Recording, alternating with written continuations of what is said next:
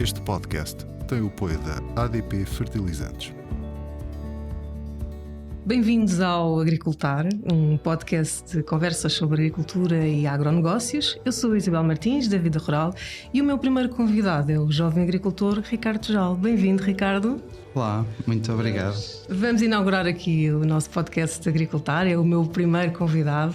O Ricardo é fruticultor na zona do Fundão, portanto bem no interior do país, e o que queríamos saber hoje aqui um bocadinho as suas motivações e os seus desafios como jovem agricultor. O Ricardo que, quando iniciou a sua vida profissional, apesar de vir de uma família de agricultores, não estava a imaginar entrar assim na agricultura tão cedo, certo? Sim, tão cedo não, mas já imaginava, o bichinho estava lá.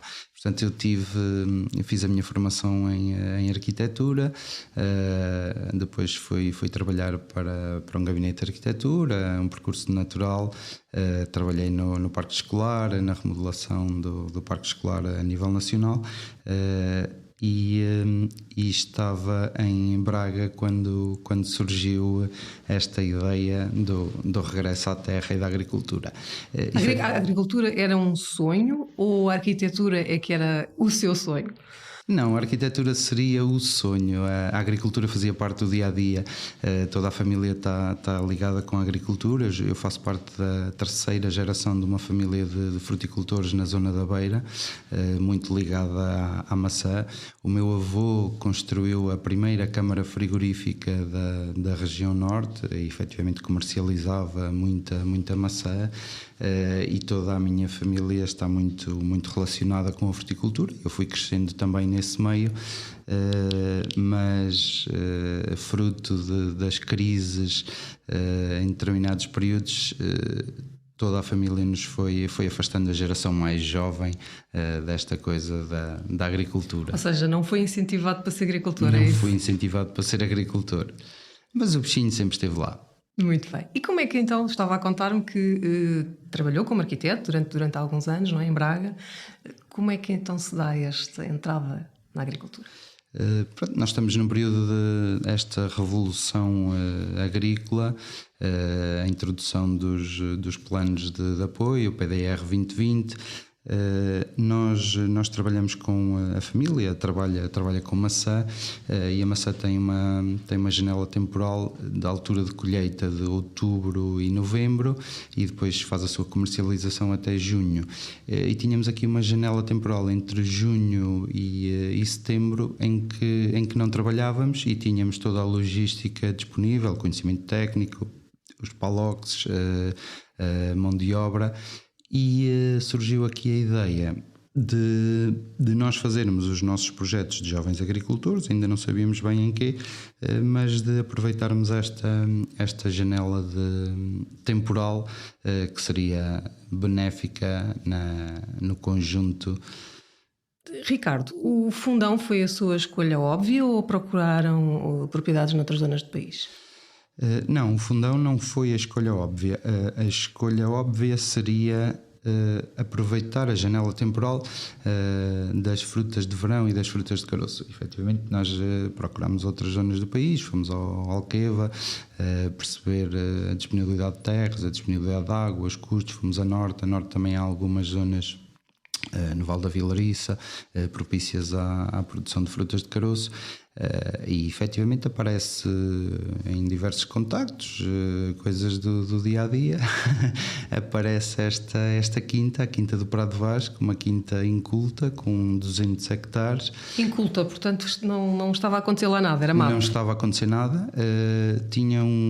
Estavam uns espanhóis que estavam a utilizar para gado, para pastorio, mas já nem tinham lá o gado.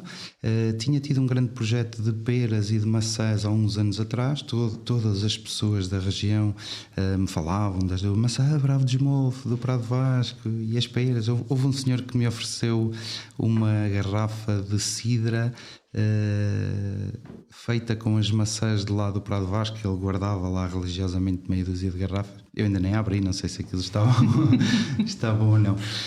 Mas se fosse assim, expectativas em baixo para essa garrafa também. Mas ali existiam todas as condições que nós procurávamos, uma grande disponibilidade de área, água de regadio, regadio da Cova da Beira e condições edafoclimáticas muito propícias para a produção de frutas de caroço. Depois de fechar esta oportunidade, de agarrar esta oportunidade da quinta, surge a Academia da Compal. Entretanto faço a formação da Academia da Compal e sou um dos premiados, um dos vencedores, e recebo a bolsa de instalação. Ricardo, mas quando se junta à Academia da Compal, já tinha uma ideia de que queria fazer pronódias e não maçãs, que seria se calhar a escolha mais óbvia, ou não? Sim. Nós queríamos fugir um bocadinho das maçãs, não é? Esta geração mais nova já estava um bocadinho cheia de maçãs, não queria entrar nos vícios e nos meandros da cultura da maçã, apesar de ser naturalmente mais óbvios. Mas esta geração jovem, dinâmica, é mais tecnológica, fala inglês, é internacional. Estávamos à procura de outros desafios, dentro da área, mas de outros desafios. E as condições daquela quinta eram muito propícias para as frutas de caroço e das pernoides, e depois a rentabilização de toda a maquinaria, a mão de obra, o conhecimento que naquele período estava disponível e não era utilizado nas maçãs. Portanto, ali encontrou as condições edafoclimáticas que precisava, não sei se as ideais, mas pelo menos as que necessitava. Encontrou uma área de 200 hectares, foi como disse, portanto uma área que lhe permitia começar a instalação e pensar numa expansão futura, e água também, portanto reuniu ali as condições que precisava para lançar o projeto. Exato. Depois faltava lançar o projeto. Efetivamente estas coisas têm os seus custos. Nós fizemos as candidaturas ao PDR 2020, os projetos de jovens agricultores. Eu deixo o meu trabalho em Braga, deixo o escritório, dedico-me muito seriamente ao projeto agrícola em si, estudar o terreno, perceber, analisar topografias, análises de terras, climas nos últimos anos, as variedades a produzir. O estudo das variedades foi uma coisa muito exaustiva, porque nós nas maçãs temos... Nós aqui em Portugal, se calhar 20 variedades, e nós pedimos 3 propostas a 3 viveiristas diferentes e eram 30 variedades, e depois passamos a ter 3 propostas com 90 variedades que eram completamente diferentes. E deitamos as mãos à cabeça, bem, e agora como é que vamos fazer? O que é isto? Nos pêssegos é assim, não tínhamos essa ideia, tivemos que procurar ajuda, conhecimento, apoio. Mas só para esclarecer, portanto, porque há bocadinho falámos em pernódias, que são frutas de caroço, portanto a ideia eram os pêssegos, não é? E as nectarinas, essencialmente. Sim, a ideia era frutas de caroço. Fizemos uma aposta em algumas inovações. Temos também algumas variedades de paraguaio, de ameixa e de platerinas. A platerina é aquele paraguaio achatado, mas sem pelo, que achamos que seria um produto com muito interesse no mercado, principalmente nas crianças. É um produto que os miúdos podem levar no bolso, não tem pelo, é achatado, podem levar para a escola, e que seria muito interessante para trabalhar no mercado. Estava numa fase muito embrionária de evolução varietal da cultura, mas mesmo assim arriscamos e temos 2 variedades. Já percebemos que uma não se adapta muito bem à região, a outra sim, e vamos trabalhando o mercado, e futuramente vamos tirar essa e provavelmente procurar outras. Regressando um bocadinho à questão do início do projeto, portanto, com a questão da academia, reuniu-se as condições para lançar o projeto, começar a plantar. Estava a falar que esteve a começar a entrar numa área que não era a sua, portanto, da escolha das variedades, das análises de solo, tudo isso. Como é que um arquiteto entra neste mundo da agricultura, portanto, começa, no fundo, a desenhar este pomar? Trouxe alguns ensinamentos da arquitetura para este projeto? Sim, muitos. Porque o ser arquiteto não é fazer desenhos bonitos. Há muita gente que ainda acha que o ser arquiteto é fazer desenhos bonitos, e se calhar foi por aí que eu fui um bocadinho para a arquitetura, porque tinha um desenho bonito, tinha um traço simples, engraçado, muito fácil, e nesse percurso é que eu me fui encaminhando para a arquitetura. Mas o ser arquiteto é um modo de vida, é um modo de estar na sociedade e olhar para a sociedade, e olhar para as pessoas, para as suas necessidades, para o bem-estar das pessoas, o bem-estar urbano.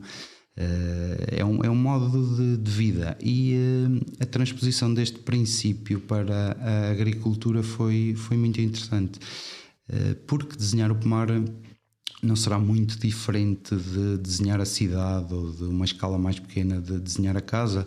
Envolve os estudos de topografia, os estudos de orientação solar, a orientação das árvores, a movimentação de terras, a hierarquia dos percursos, um bocado como se desenha a cidade: a estrada principal, a estrada secundária, a estrada onde passa o trator, a estrada onde o trator vai virar, a praça, as zonas de pausa, onde estão as casas de banho, as zonas de maquinaria, as zonas onde é colocada a fruta, as dimensões da linha.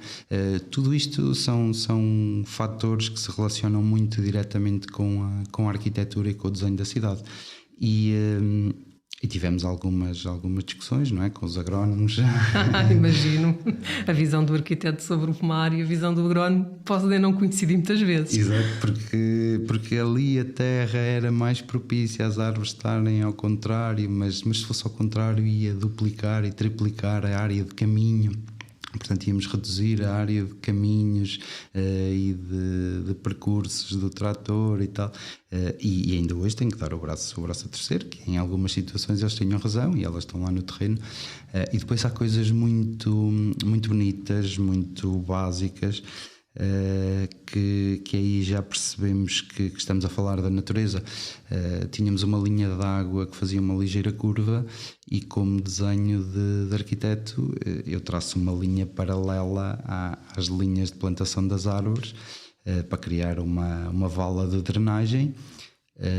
E efetivamente a vala de drenagem está paralela às linhas, mas o percurso da água continua lá no sítio onde estava, com aquela ligeira curva, e passa ao lado da vala de drenagem. É bonito perceber que a Mãe Natureza também nos vai ensinando e nos vai dizendo o que quer fazer. Portanto, esse olhar de arquiteto, portanto, do desenho bonito, como disse no início, pode ter beneficiado de alguma forma também a estrutura do pomar, nesse sentido, de também deixar ali alguns pontos naturais que se calhar de outra forma não existiriam. Julgo que sim. Tem uma visão mais técnica da organização do espaço. Só por si não é influenciadora, mas julgo que ajuda muito depois na redistribuição e na execução das tarefas em si. Quando olha hoje para o seu pomar, hoje é uma área de 90 hectares, não é? Cerca de 90 Sim. hectares, não é? Era o que imaginava quando fez os primeiros desenhos, ou está muito diferente? Não, era mais ou menos o que imaginava. Ainda tenho os primeiros desenhos, umas coisas feitas à mão, a marcador. Fizemos algumas experiências, tinha algumas zonas com declives intensos. Depois fomos ao Douro perceber como é que eles construíam os taludes, como é que faziam os taludes na vinha. Tínhamos algumas zonas em que estávamos a preparar o talude. E depois fomos, com a movimentação de terras, fomos adaptando aquilo, mas no geral foi um bocadinho o desenho inicial que deu origem ao pomar que temos hoje. Está orgulhoso. Estou orgulhoso. Está orgulhoso, Sr. Arquiteto. Ricardo, há pouco dizia que esta nossa nova geração de jovens agricultores é muito mais tecnológica, não é? E este projeto aportou também muita tecnologia, não é? Quer falar um pouco e partilhar um pouco também aquilo que imaginou que podia ser de diferente relativamente aos pomares da sua família. Portanto, o que é que trouxe de inovador e de cariz mais tecnológico para este projeto? Nós quando não somos da área, somos obrigados a estudar mais, a procurar mais as soluções, a não cometer tantos erros. Não digo não cometer tantos erros, a não dar tanta margem ao erro. E como nós tínhamos um conhecimento da fruticultura já de alguns anos, eu sempre me inquietei muito sobre a mecanização e sobre esta transformação da mecanização na agricultura que estava a acontecer nos últimos anos.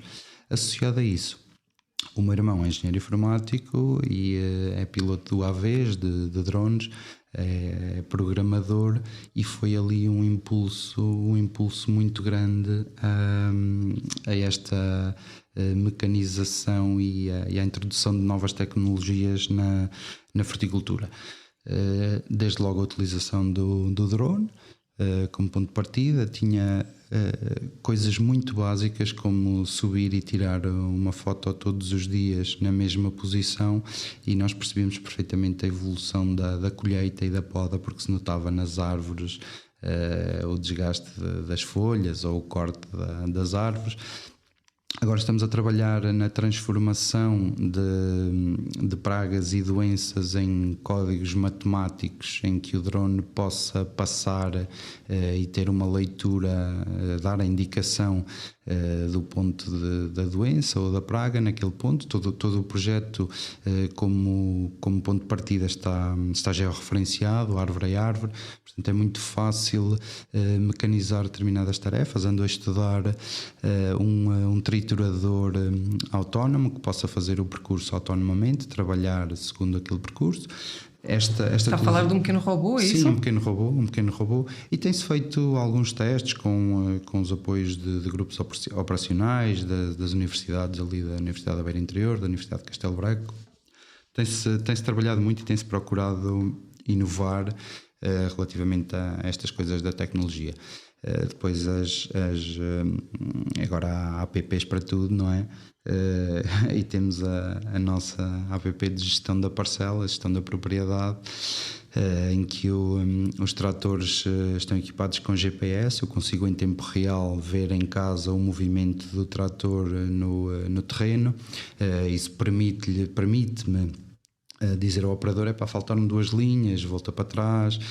Permite depois comparar entre eles os quilómetros que percorreram, a quantidade de fitofármacos que deitaram. Depois é muito interessante perceber como é que na mesma área um faz mais e o outro faz menos, e o porquê. Esteve ao telemóvel, parou, foi à casa de banho. Esta gestão mais tecnológica da agricultura também é muito interessante, porque depois vai minimizando erros aos poucos. E o Ricardo coordena e no fundo faz essa gestão lá na sua varanda, a famosa varanda que tanto fala, não é? Sim, a varanda é um local é icónica, é bonito, é muito bonita, e já passámos lá. Vamos só contextualizar para quem nos está a ouvir. Portanto, na quinta existe uma casa, não é? Portanto, que tem uma varanda muito bonita, que lhe permite não só olhar um bocadinho para a propriedade como um todo, não é? Mas também poder ir ser quase um escritório, não é? Para si é quase um local de trabalho, não é? Sim, exato. Efetivamente é aí na varanda que está o centro de controle das operações. Estão lá aqueles aparelhos todos que controlam as tecnologias, mas do campo visual permite ver uma grande área da parcela. Tem uma boa exposição solar e é um sítio muito, muito bonito. Mas poderia fazer esta mesma gestão muito mais à distância, não é? Portanto, essa é a grande vantagem destas tecnologias de monitorização e sensorização, é permitir que possa estar em qualquer lugar, no fundo, a receber a informação daquilo que se está a passar em tempo real. Sim, é verdade. Essa é a grande vantagem destas novas tecnologias, é podermos estar em qualquer parte do mundo, desde que ligado à internet, e gerir os trabalhos e a produção no pomar. Mas esta produção, eu acho que a produção agrícola, a fruticultura, também implica muito de nós, muito das pessoas, de estarmos no local, de estarmos com os colaboradores, de perceber o tempo, de olhar para as árvores. Há dias em que o sol está mais alto, está mais baixo. O estar lá, o meu avô dizia que o melhor adubo são as minhas botas. O melhor adubo para as árvores são as minhas botas, que era a presença dele, no fundo. A presença dele. O Ricardo disse, alguns numa entrevista, que gostava de olhar para as árvores e de lhes perguntar o que é que elas precisavam, não é? Tem um bocadinho a ver também com essa necessidade de estar presente, de estar lá em loco. Sim, é um bocado sentir as árvores como seres humanos, do que é que elas precisam. Se precisam de mais água, de menos água. Quando está muito calor, se calhar eu não quero estar a beber um copo de água, vou beber água quando estiver mais fresquinha. A árvore é um bocadinho assim, precisa de um bocadinho de sombra, de lhe perguntar onde é que eu posso cortar para tu cresceres mais, de falar com elas. E este também é o trabalho do fruticultor, não só esta gestão à distância, que é muito importante, e controlar muitos fatores que acontecem no terreno ao mesmo tempo, mas também estar lá, perceber as ervas que crescem em baixo, perceber se há formigas, se não há, perceber, ouvir os pássaros. Eu gosto muito de ver o sol a nascer daquela varanda e ouvir os passarinhos logo é um romântico. Um agricultor romântico. Ricardo, agora aproveitando um bocadinho isso que me estava a dizer, de olhar para as árvores, de perceber um bocadinho o que é que as ervas que estão por lá, portanto, toda essa vida, essa biodiversidade, esse ecossistema que é no fundo um pomar, isso para si é importante, ou seja, considera-se também um jovem agricultor muito virado para as questões da sustentabilidade e para a compreensão dos ecossistemas onde trabalha? Sim, eu acho que nós hoje em dia, todos nós estamos muito preocupados com isso, estamos muito focados com a sustentabilidade, com o ecossistema, se bem que há também uma sustentabilidade não só ecológica, mas também social, do ponto de vista social, da dinamização do interior, do despovoamento do interior, do relacionamento das pessoas com o local do pomar. Portanto, há uma correlação entre diversos fatores, na qual também a sustentabilidade é fundamental nos dias de hoje. Esse ponto é importantíssimo. A sustentabilidade social e essa questão das pessoas e do despovoamento do interior e de estarmos cada vez mais desertificados numa grande parte do território.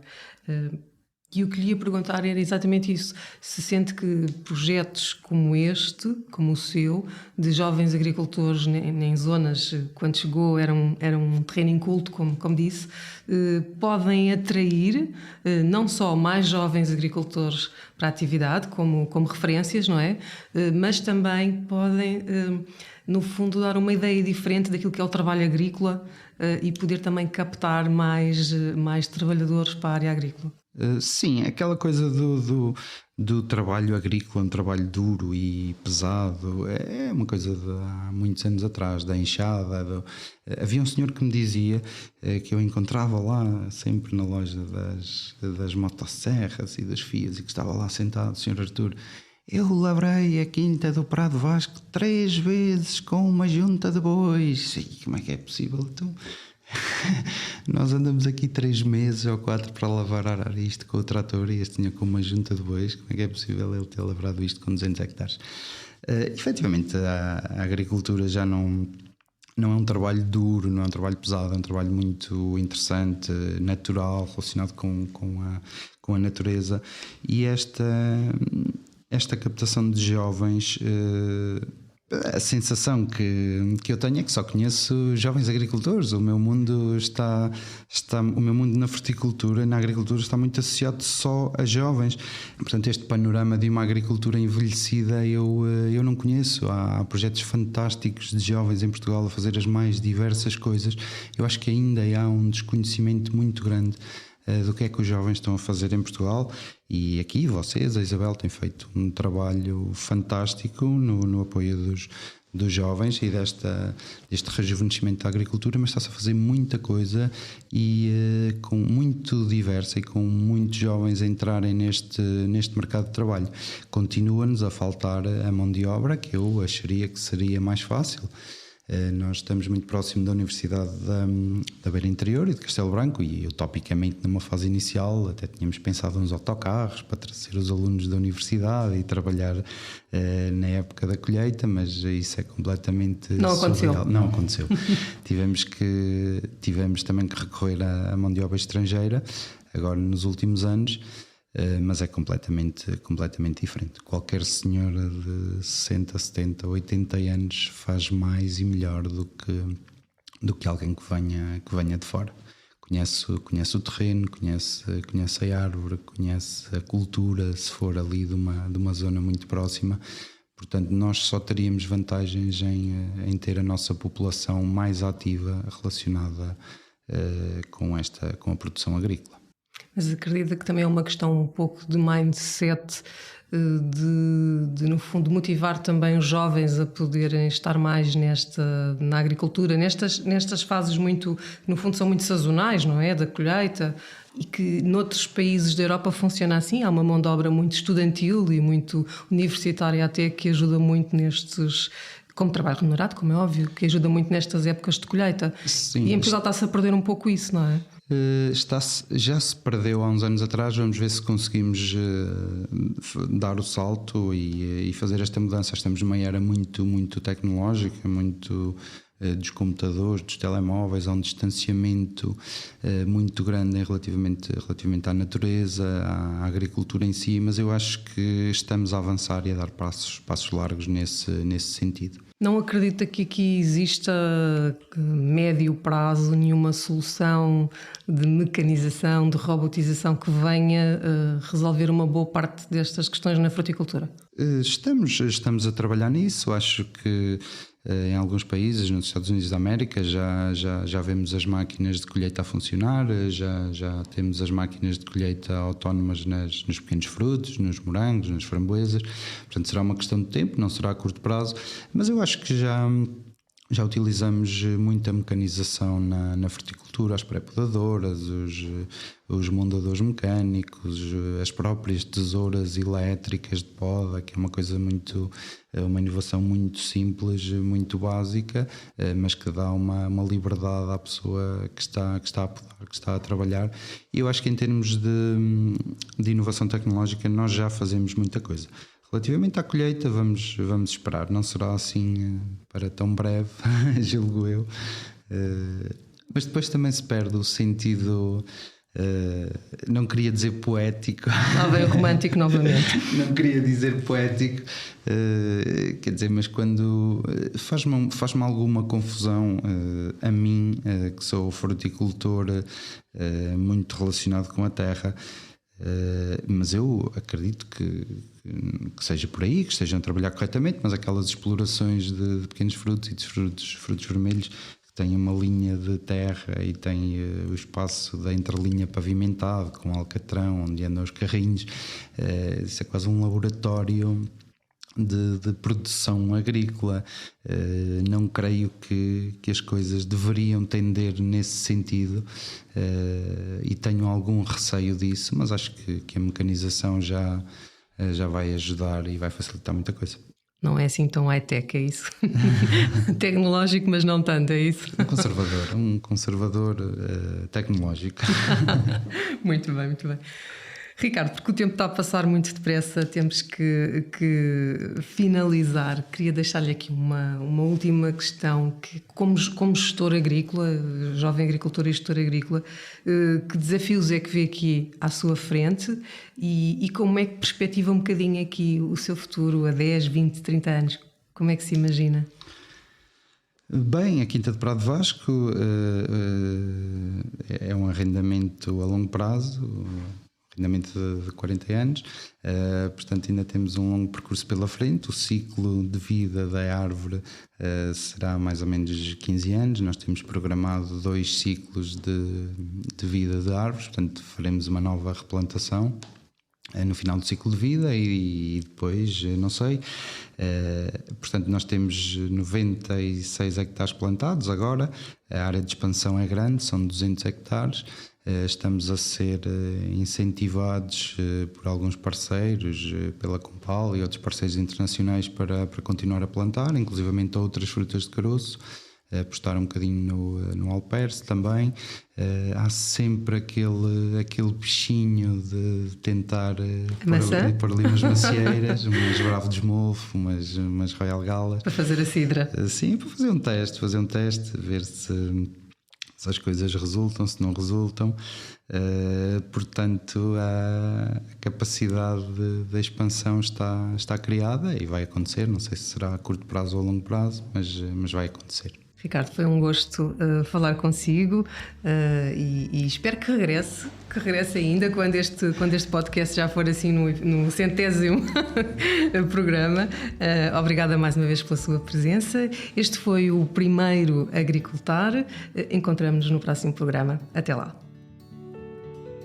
Este podcast tem o apoio da ADP Fertilizantes.